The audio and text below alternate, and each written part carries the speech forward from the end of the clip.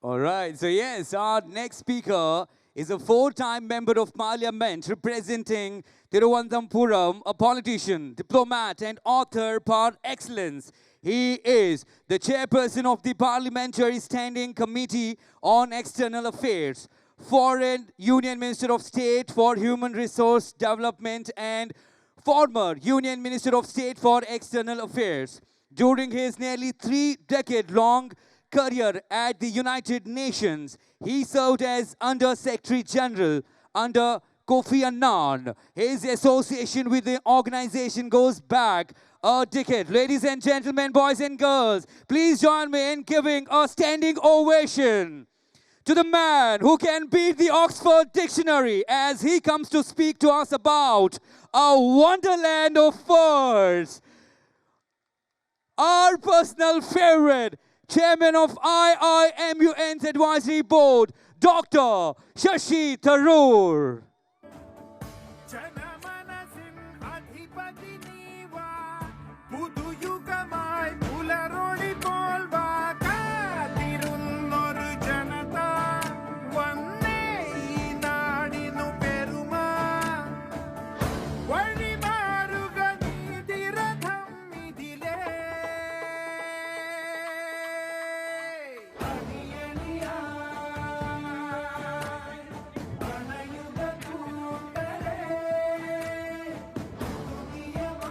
All right, so now there'll be a conversation. RJ Archana will join us on stage for this conversation. Please give it up for RJ Archana. Come on, everyone.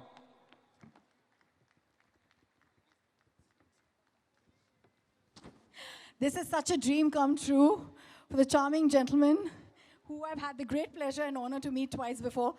Sir, what a pleasure to be sharing the stage with you. My pleasure to be with you. Thank you. And this, you, me, and 25,000 people. Oh that's my amazing. God. Please take a seat, sir. Thank you. Dr. Tharoor, firstly, to get that doctor and to have studied that much. There are a lot of students here, and I'm sure they'll want to take inspiration from you. But sometimes in life, we think, does education really matter in terms of making that impact in your life and having that kind of progression that one really looks forward to, unless you're a skilled doctor or, you know, another life-saving profession.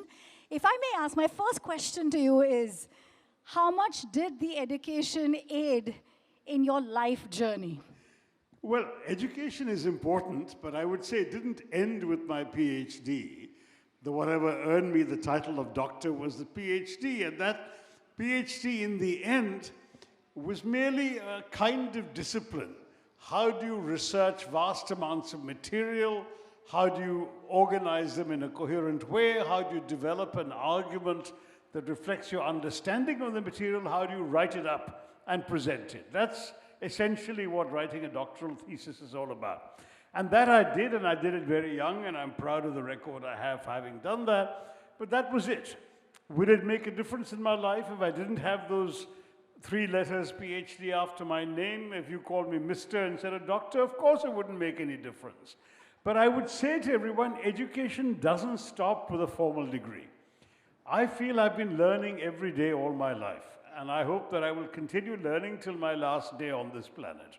And as long as you have that open attitude towards acquiring new knowledge, new words, new ideas, new insights, it seems to me that you will always be an educated person. It doesn't matter if it's formal, if there are letters after your name, but keep learning. When was that first tryst of yours, since we're a huge audience of students here, when you realized that it's about how you pick out those learnings from your everyday life? So that one incident, Dr. Tharoor, that you can share with us, which made you realize it's beyond the books, it's beyond everything, and that one life lesson, the first one that was the biggest one for you that changed you forever? Oh, it happens all the time. I mean, in fact, when I was a kid, you know, I was born in London. My parents moved to India when I was 2.5, and I promptly developed extremely severe asthma. And it was at a time when there was no nebulizer, bronchodilator, even inhaler.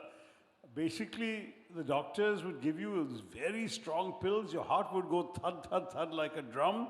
And there you are, this tiny tot, in my case, big round eyes, unable to sleep, barely able to breathe, couldn't even lie down because then you'd suffocate on your own inability to breathe. So what essentially happened was that I read as a way of escaping from my condition. And I read indiscriminately. I was the eldest child in my family. I didn't have elder brothers and sisters whose books I could borrow. I even read things that my parents had on their shelves, probably well before I could properly understand them. But books became my escape, my education, and my entertainment. And remember that in those days, there's no TV in the Bombay that I was growing up in. There was no Nintendo or PlayStation or mobile phones or laptops. Books were it. And so I realized that I could really learn even when I wasn't well enough to be in a classroom. You can always learn from whatever you have to hand.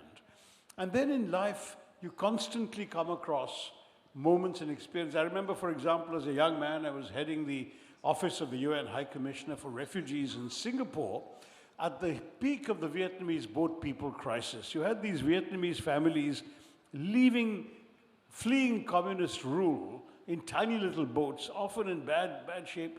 And if they were rescued on the high seas by ships that were coming to call on the port of Singapore, my office would have to arrange their disembarkation, look after them in a camp, try and resettle them abroad. That was the kind of thing.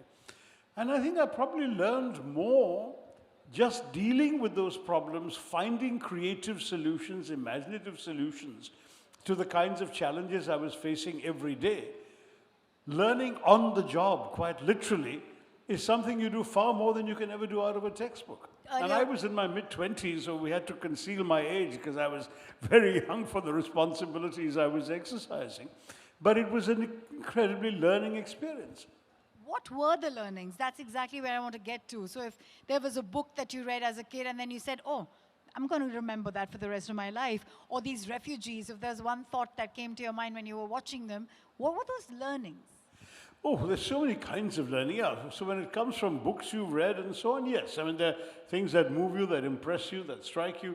And the Mahabharata is a great example of something that really struck me when I was young, and which then became the inspiration for my first novel. The Great Indian Novel is an attempt to retell the Mahabharata, Maha being great, Bharat being India, so the Mahabharata is a great Indian novel. And in a satirical way as a story of 20th century India rather than of the ancient past. So there you had a story that was transmuted in my mind into something totally different. Because, you know, the Mahabharata was told and retold for 800 years, from roughly 400 BC to 400 AD. By people, and people memorized the stories and they kept adding to it, and there were various versions and so on. But then we stopped retelling it. So 1,600 years later, I asked myself, why did we stop retelling it? What would happen if suddenly today Ved Vyas were to retell the Mahabharata? So I invented a Ved Vyas who's this old, cantankerous old politician in his dotage and in his anecdotage, who is dictating his memoirs of the freedom struggle to a South Indian secretary called Ganapati, who has a big nose, of course, but he comes into Ved Vyas dragging his enormous trunk behind him. So such are the secular uses of Indian divinity. And in the process, I tell this satirical story of the whole of 20th century India, using characters, episodes, digressions, philosophies, everything from the Mahabharata in that story. Now, is that a learning? Is that a teaching? Is that a reinvention? Whatever, call it what you like. But what gives me great satisfaction is that young people who weren't born when the book was first published are coming to me clutching copies of it for signature. The book was published way back in 1989, and I'm delighted to see that a younger generation is still reading it. That's what's satisfying. Who was the most interesting character in the Mahabharata to you, and what did you learn from him or her? Oh, all the characters are interesting. It's one of the most amazing things about the Mahabharata is precisely that the characters are really human beings with flesh and blood and feet of clay and jealousies and passions and anger and resentment, and no one is perfect. Even Yudhishthir connives in a deception. No one is an ideal, but no one is all good and no one is all bad. And that's something that's also an insight you learn about humanity. One thing I've learned in the world, in the life I've led, the places I've been, the people I've met, is that indeed no one is perfect, not even the great people you come across whom you often only see on television. But at the same time, no one is utterly without redeeming human qualities either. I just don't see people as all bad or all good.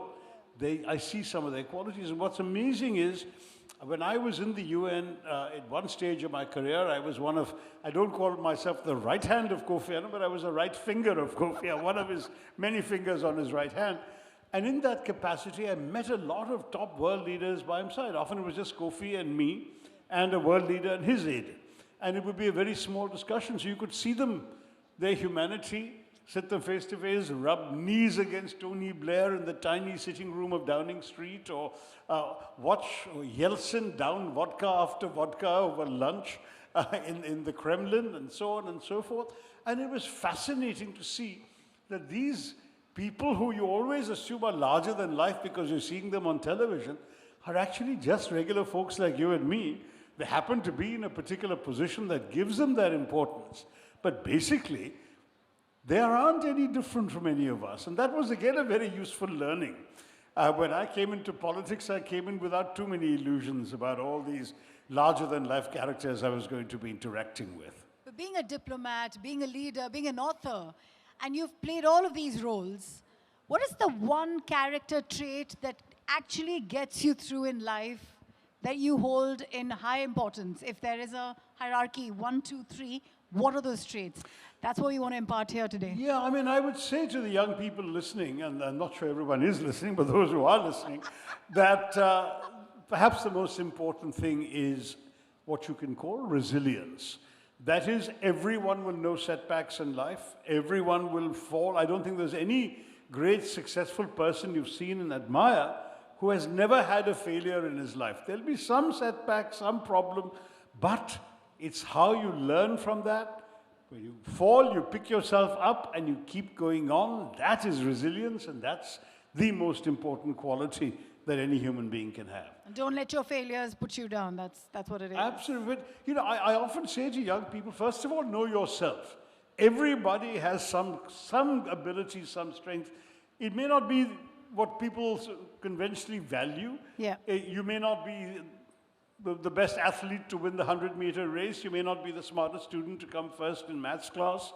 You may not be the best speaker, the best actor, the best dancer, whatever. Yeah. But you may be the person that people like to turn to when they're in distress, because you will often offer a shoulder and a hug and a word of consolation. You may be the person who makes people laugh.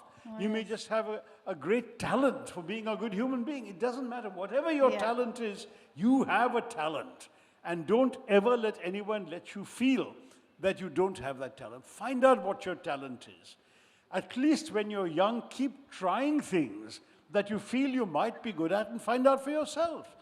Fail a couple of times, keep trying, and if you keep on failing, maybe you'll tell yourself, this isn't for me, I really can't do this. But there may be something else that you can do. Yeah. And once you know that, the simple message to all of you is, be the best you that you can be.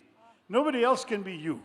So if you've got some sense of who you are, if you can be anchored in yourself, and then be the best version of that, then no one can ever accuse you of letting yourself down or letting the world down. And to my mind, that is the most important lesson. I think Swami Chinmayananda famously said, it is not what's behind you or ahead of you that matters. What matters is what's within you. And that's what you need to identify and be centered in. Dr. Tharoor, I find it very interesting how you romance, even though you're such a charming man, and I often wonder how many women got lost in those wonderful eyes of yours. But honestly, your romance for words, everybody, do we agree his romance for words is the wowest thing ever? Please make some noise. So you got to tell us. So some are listening. Yes, there are quite a few. There are quite a few. As a wordsmith, and in your last book, you actually, said that you credit this to your father who made you fall in love with words. I have to ask you, do you firstly play Wordle? Do you play Wordle? I do play Wordle every single day. Really? And I report my score to my family. I want to be on that list now as well because I am addicted. Obviously, we're nowhere close to you, but you have to tell us, like how you mentioned in your book, what is this romance and how did it spark off? And what was that first word that made you fall in love with it, saying, oh, I like using this one? No, I like using all sorts of words. In fact, as you'll see in the book, I really am obsessed and besotted with words. And I think it's partially because ultimately, words are magic. I mean, they give you an opportunity to communicate. They give you an opportunity to understand. They give you an opportunity to formulate your thoughts. They give you an opportunity to reach out to strangers and pass them through the limitations of other kinds of things. But of course, you have to have a language in common to really enjoy them. And that's the other challenge. But enjoying words to me is wonderful because just as the way we breathe, the way we talk is simply natural to us, so also the words we use should be just as natural. It should be something that comes, and if it's English, so let it be. If it's the Queen's English, or now the King's, and the British have a king now, or if it's going to be some sort of bastardized version of the language with bits of American and bits of English and bits of God knows what else, and some Hindi thrown in, or Gujarati, whatever. There's no harm in that. It has just got to be you, and it's got to be the way in which you like to relate to other people. So for you, when snack becomes snake, it doesn't really matter. And I have to ask you that when you Well, hear... it can matter if you're telling people you'd like to eat a snake. That will cause some complications. But you know, in our country, it's very sad to say, if I may say so, if you're not speaking English up to the mark of the person you're in conversation with, you may not be respected as much as probably the others. And this is something recently a very, very famous actor spoke of as well. That somehow if you're English speaking, there is this welcome to my club, an untold openness towards that person and a respect towards that person. Do you think that still exists? Less so, I think. And you know, certainly, I think it's fair to point out, putting all politics aside, that the Prime Minister has made it very clear that he's much more comfortable speaking in Hindi than he's speaking in English. And very often, even when he meets world leaders, he will speak through an interpreter. But there's nothing wrong with that. Other country leaders do that. The Chinese do that all the time. The Japanese do that very often. Why shouldn't an Indian? Well, so far, because every Indian Prime Minister up to then had preferred to speak in English, but Narendra Modi prefers to speak in Hindi. Nothing wrong in that. And I would say that there are chief ministers in our country today who are much more comfortable in their own mother tongues than they are in either English or Hindi. What's wrong with that? I mean, the truth is we have to understand the value of a language is in its authenticity, in how real it is to what you're saying. But yes, you have to communicate to somebody who doesn't know your language. You have to go through an interpreter. By the time half these kids here grow up, there's going to be software programs on their phones, their AI-enabled phones, and let's translate it for them even as they speak. Are you okay when people say, this is my real brother, my good name is... What are the few things that really peeve you off, if so, if there are any? No, I don't think good name is bad English. It's just Indian English because in many Indian languages, I mean, for example, in Bangla, they say, Aapka apnar bhalo naam ki. Bhalo naam is literally good name. So, you know, it's because the assumption is that everyone has a nickname. Everyone is, you know, Tutul or Pinky or Lucky or whatever, but that they actually have a formal name that you need to know. And so that's what's your good name? And that's fine. Now, that's Indian, and that's part of it. Similarly, there are words in English that have fallen out of use in English, but which are still very currently used here. In England, no one says thrice for 3 times. They say 3 times. We still say thrice. Okay? No one says furlong for 1/8 of a mile. We'll still say, oh, that place is about a furlong down the road. So that's fine because the language, for example, the Americans say fall, which was the word used in English for autumn around the 16th century when many of the Americans took the English language to America. They continued using fall. The English stopped using it. They started saying autumn. But that doesn't mean fall is wrong. Fall happens to be American usage. So there's nothing wrong with all that. What I think is wrong, however, is when you misuse the language in a way that actually doesn't make sense. So for example, we have this habit in India of using until when we actually mean as long as. I cannot tell you, Archana, I'll miss you until you're away. No, I'll miss you until you come back. You see the difference? But the point is, many Indians make that mistake. That's bad English. So you need to, you can have your Indianisms, you can have your Indian expressions, but you must at least use the right words when you're trying to communicate something in English. I remember Priyanka Chopra Jonas once telling me that, Archana, the reasons I went to America and ensured that I was in every channel doing all the talks is because people think Indians don't know how to speak this good English. And then she goes, I had to tell them, no, we speak very good English. And this is a misnomer everywhere in the world. They think Indians don't know their English. Well, I mean, the truth is we can't generalize about Indians anyway, as you know. There are so many of us. There are Indians who speak good English, there are Indians who don't, but it doesn't matter. They must speak their own mother tongue better. Let them do that. Is there a perception of India that you've seen change over the years and you're very proud of today? You've lived abroad, you've been there, you've represented us. What is the one change that you're very proud of today? Well, I think, what's happened is that our diaspora has gone abroad and completely changed the impact. When I first went to the US as a graduate student back in 1975, which is now almost 50 years ago, I can tell you that people thought we were a land of beggars and begging bowls and poor people and maybe fakirs and lying on beds of nails and snake charmers. And the elephants, and let's not forget. occasionally Maharajas on caparisoned elephants, yeah. But otherwise, there was no real appreciation of who we are as a people. Today, that's all changed. Today, I actually have recounted the experience of being intercepted by an anxiously perspiring European at Schiphol Airport in Amsterdam, who said to me, you're Indian, can you help me fix my laptop? I mean, the assumption is that every Indian must be a computer genius or a geek, There was an American television show when I was still in America about 20 years ago called ER. Have you heard of it? Emergency Room. All right. So when the first pilot came out of ER, it got panned because critics were saying, who has ever heard of an emergency room in an American hospital without an Indian doctor? So they had to go out and rewrite the script and write in a part for a character, which was played by Parminder Nagra. And that's how they created a credible ER, which went on to become the #1 show on American television. So that's how widespread the belief was that Indian doctors are indispensable in American hospitals. So that kind of Indian techies, Indian doctors, there's a certain perception of who Indians are, which has changed. And that, I think, makes all Indians proud. Now, look at the number of Indians who are heading, world-famous companies like Google, Microsoft, and so many other firms. It's just very impressive, and you can be proud of that. How much of the AI term concerns you? Because, the human touch, and especially because you're an author and you're somebody who is an extremely interpersonal relationship kind of person, what is the AI going to do? What is our threat? I'm not so far worried because I don't think that AI can ever substitute for human beings. Because machines, and what is intelligence, artificial intelligence?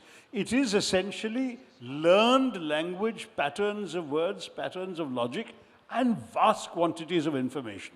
So AI can assemble information from multiple sources far faster than any human being can. Right. But AI can't have humanity. AI can't feel emotion. AI can't be irrational and explain, things to you that otherwise, don't make sense. AI ultimately is a tool. It can also be a lot of fun. And I know that there are many kids cheating on their homework by getting AI to write their essays. And these things will also happen. But ultimately, they will know that when they go out and look for a job, yes, ability to use AI for some things will help them in their job. But if they don't have their own brains to begin with, they're not going to get very far. So that natural intelligence is always going to be more important than artificial intelligence, and artificial intelligence is going to be an instrument used by natural intelligence. So well said. A lot of the debates that we watch, we see people actually losing their minds and they're not using intelligence in their behavior and they stop behaving civil. So in the 9 p.m. bulletins, we're actually seeing seasoned parliamentarians doing crazy things. What do you have to say about our demeanor? And since you've been in international politics as well, do we need to learn a thing or two from those people? From which people? From the other parliamentarians around the world. Oh, I can always learn from anybody, Archana. I can learn from anyone I meet and come across. Everyone has their own experiences, their own background, their own challenges, their own abilities to face the world, and they've overcome different things from what I have. I don't go around feeling that I'm superior to somebody else because my English is better or whatever.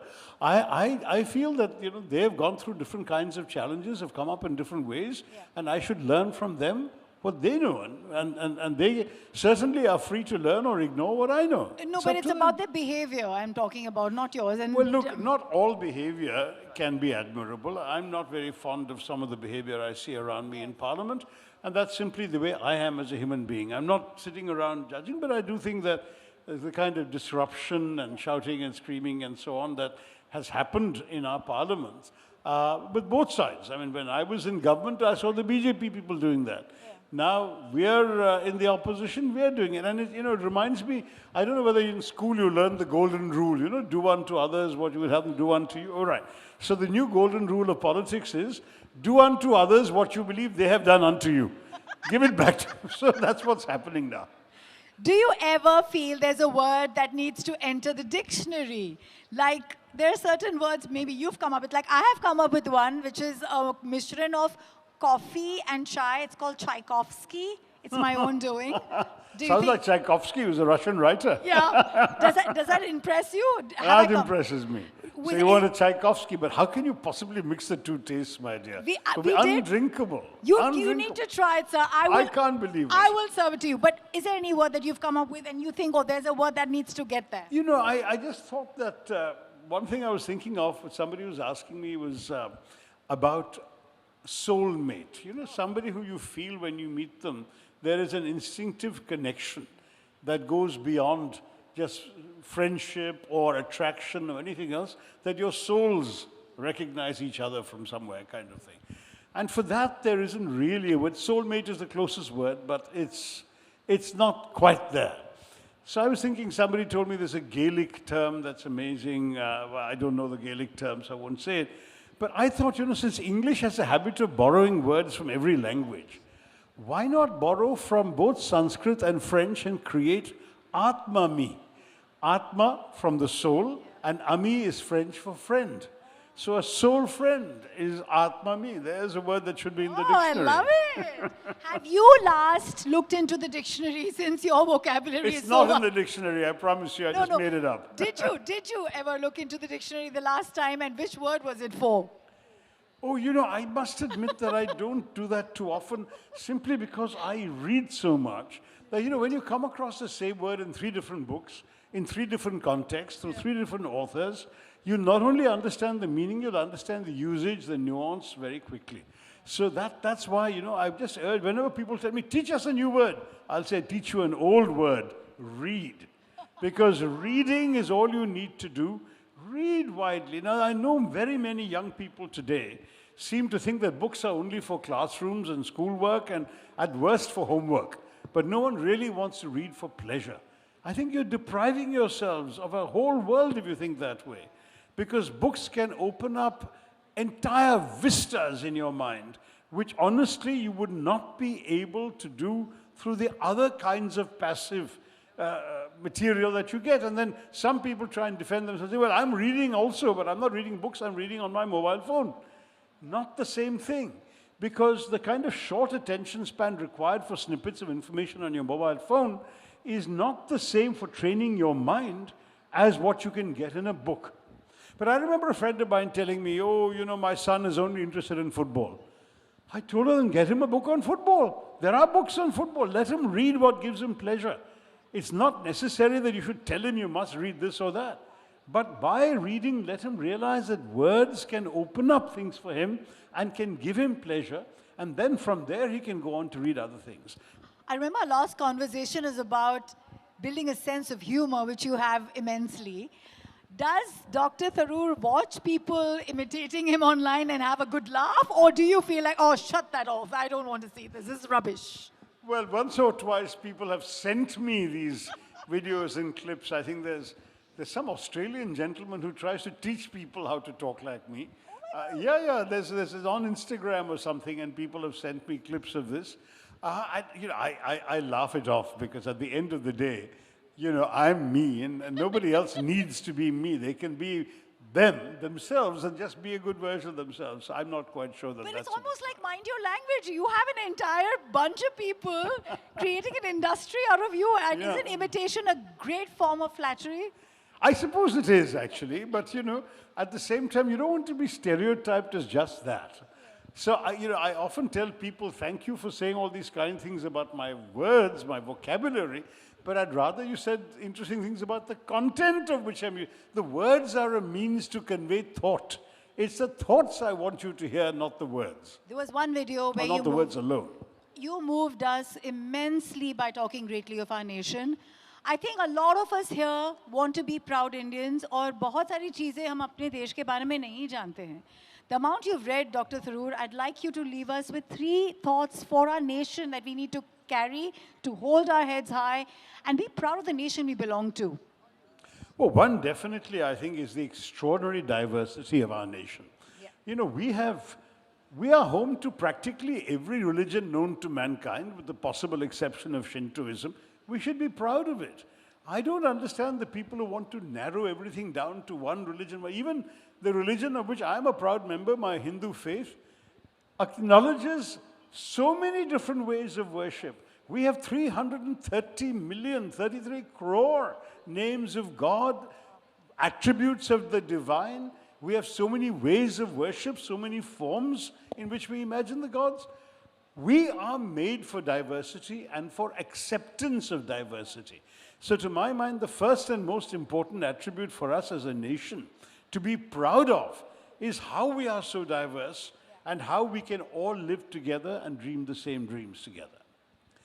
The second thing I would like to be proud of is our democracy. I'm not always proud of it. Sometimes there are moments you really wonder what's going wrong with it.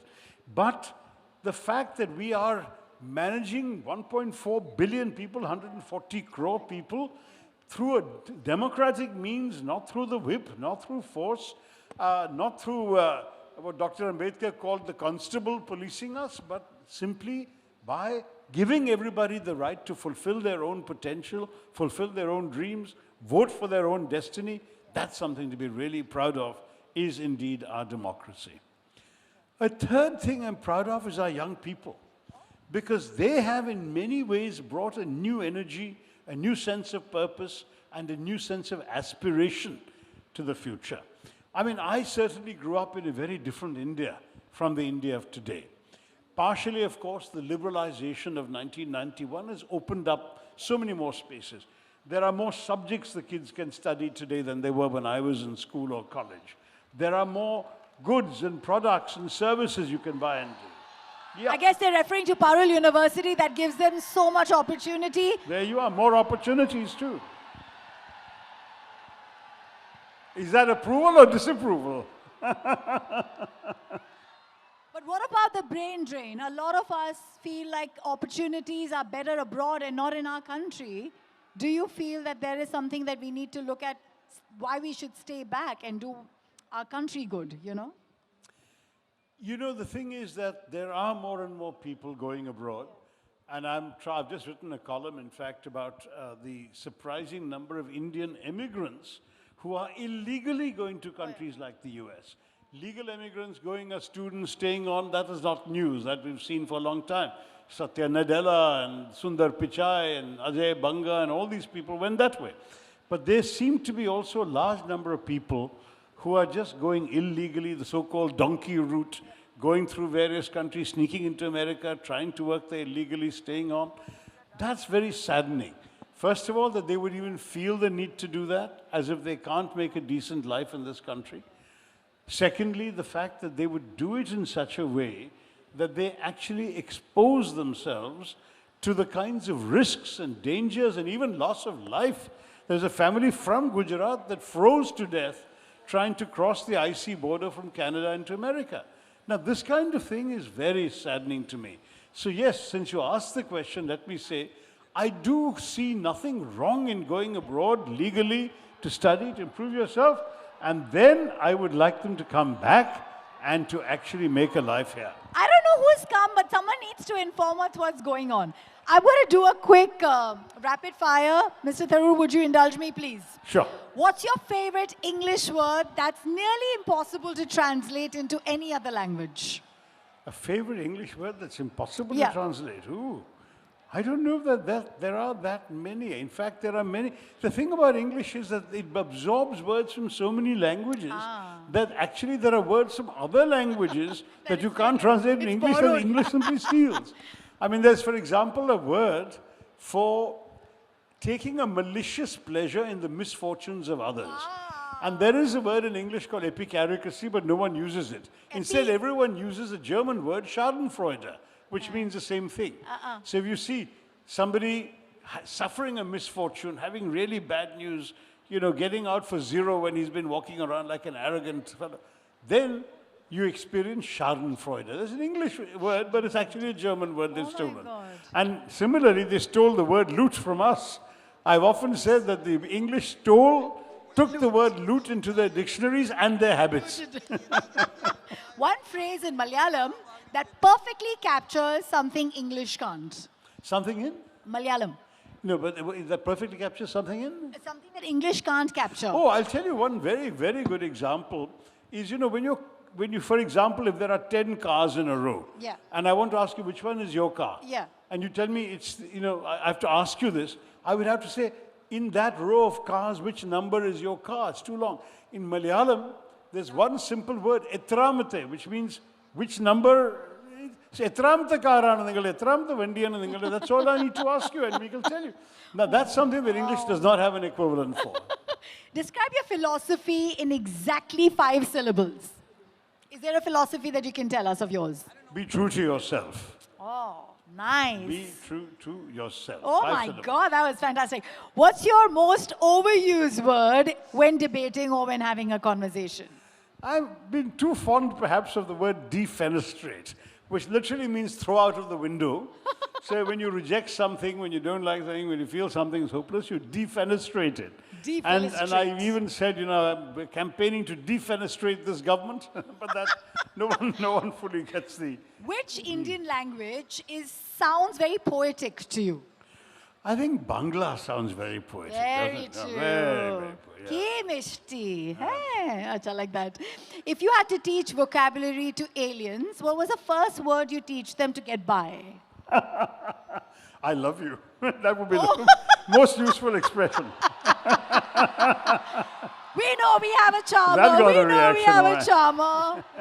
What's a word, if there is, that you feel is required to be used more often today that we probably used back in the day and we've forgotten? Somehow, you know, when over the years you see language lose its way and you think, why don't people use this more? That requires a little more thought. I mean, I would imagine that one of the things that people used to say in the old days was drawing a distinction of intimacy between forms like thou and you. You know, French still has it. Oh. Vous is formal, tu is more intimate. Yes. In Hindi, there is a difference between aap, very formal, tum, and tu. Ji. But in English, there isn't. Yes. Maybe that might be interesting for English to revive. If you could outlaw one grammar mistake, what would it be? Well, the one I mentioned to you, and I dislike it intensely when people misuse a word like until. Why can't they get it right? As long as. Don't say until. If you were synonymous to a word, if you were equal to a word, what would that word be? I don't know. Various? I don't know. I'd like to think there's plenty of parts to me. So yeah, maybe various. And in a Multiple. Bollywood-obsessed nation, who would you like to play Dr. Shashi Tharoor on screen? I wouldn't. I hope there never is going to be anyone playing me on screen. But you know, at one time I remember many, many decades ago when this movie Marches came out, this magazine that no longer exists called Sunday, they ran a picture of me with Chandrachur Singh separated at birth or something like that.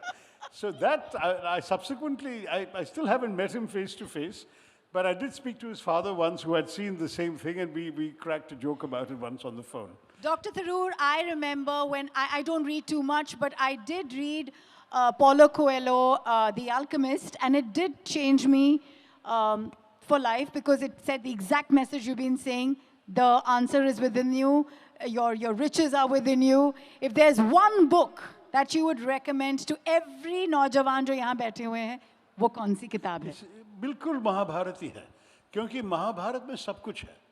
और आप अगर महाभारत पढ़ेंगे, in fact, one time it used to be said about the Mahabharata that what is not here is not worth knowing, and what is anywhere in the world is here.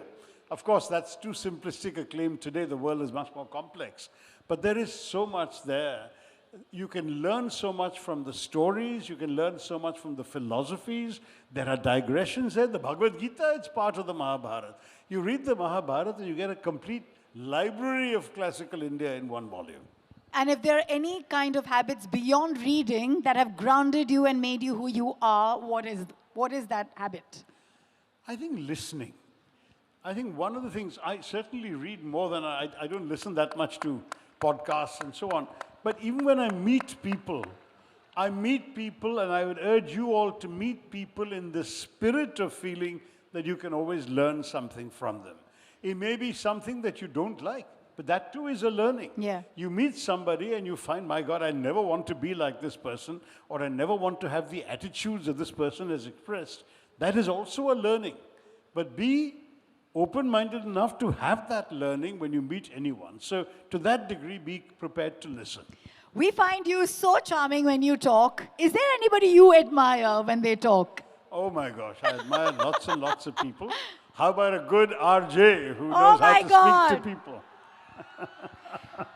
Dr. Tharoor, you're too kind. I only want to say one thing to you, and that is that every time I've met you, I've felt heard. And every time I've met you, I've always gone off feeling very loved and a lot of warmth. And I can tell you that's a human trait nobody will forget beyond the words that you That's so kind. mesmerize us with. Thank you very much. Thank you, everybody, for being a great audience. Great audience. Thank you all very much. I'd like to get a good picture with sir. Come.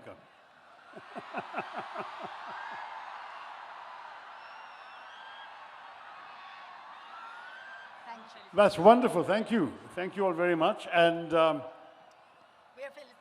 so obviously, Doctor, we've got you here all the way. We want to felicitate you. Miss Anjani Raipat, please. IIMUN se stage pe aa jaye. Dr. Devanshu Patel from Parul University. What a dynamic space that you've created.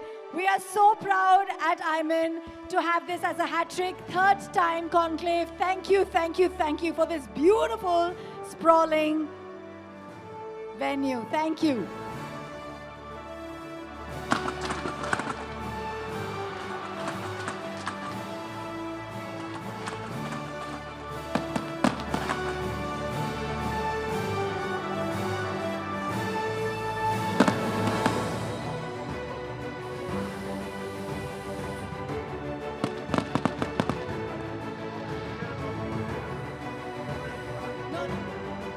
Dr. Tharoor, you must give us one word of advice for all the young minds here.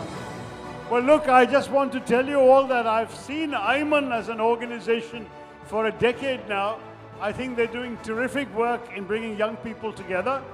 I've seen them grow from a model UN background into something that is a network for young people, for adults, for thought leaders, for sports people, for politicians, for ideas people, for writers, and above all for students and learners.